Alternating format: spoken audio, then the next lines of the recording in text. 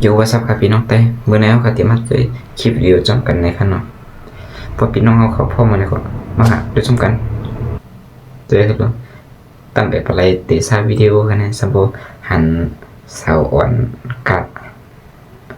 เอาค่ะมาเตะชมกันค่ะ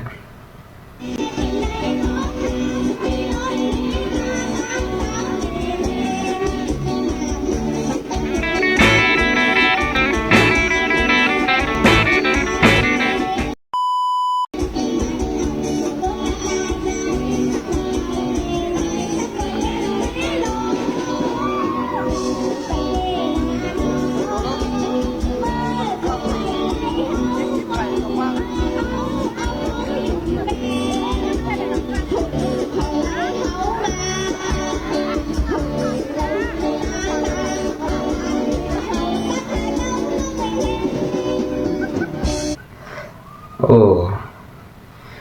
น้องเขาห้องแก้มหน่อยค่ะเนี่ยมาตบมือบังฮะ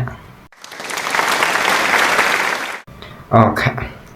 พี่น้องเขาเตะปันอามัดเกิดค่ะเตะปัน10 เต็ม 10ค่ะพี่น้องเขาปันเกิดเนี่ยก็ใหญ่เริ่มเต็มมากไปในคอมเมนต์เลยค่ะนะพี่น้องเขาส่งพระพ่อครับพระพ่อมาแล้วก็เขาก็กัดด้วยวิดีโอเสียงโหงค่ะแน่นเป็นสอนครับเนาะวิดีโอเสียงอันที่เป็นเสาก็ใหญ่ลงขึ้นมาแทนอินฮะอ๋อนี่ค่ะ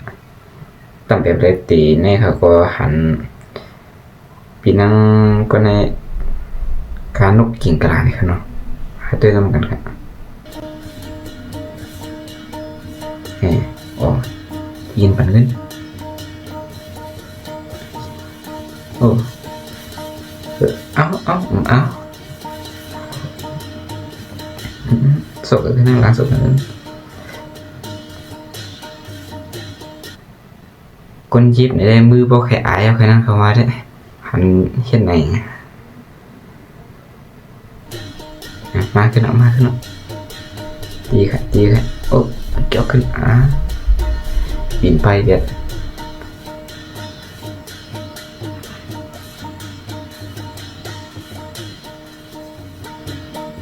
โอเคติดปักหลายๆที่เต้นสมบัตินะ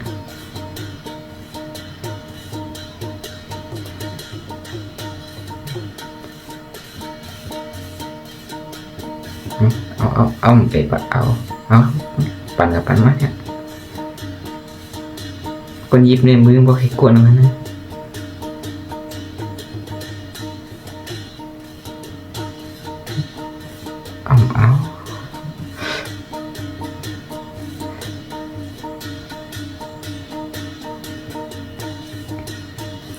เอาเย่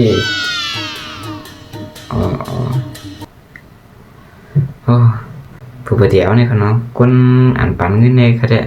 ก็เป็นเจ้าคือเดมฮู้เขาเนาะใส่เป็นใครค่ะเท่นั้นอ่ะ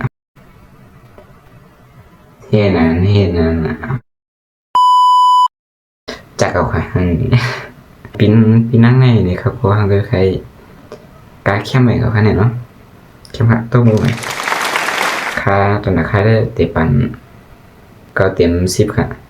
คลิปวิดีโอในเขาก็อยากเอาในใครเลยพอพี่น้องเขาเกี่ยวกับนักวิจัยนี่ก็อย่าลืมติ๊กไลค์ติ๊กแชร์เลี้ยงติ๊กฟอลโล่ปัญชีคำค่ะนับวันนี้ see you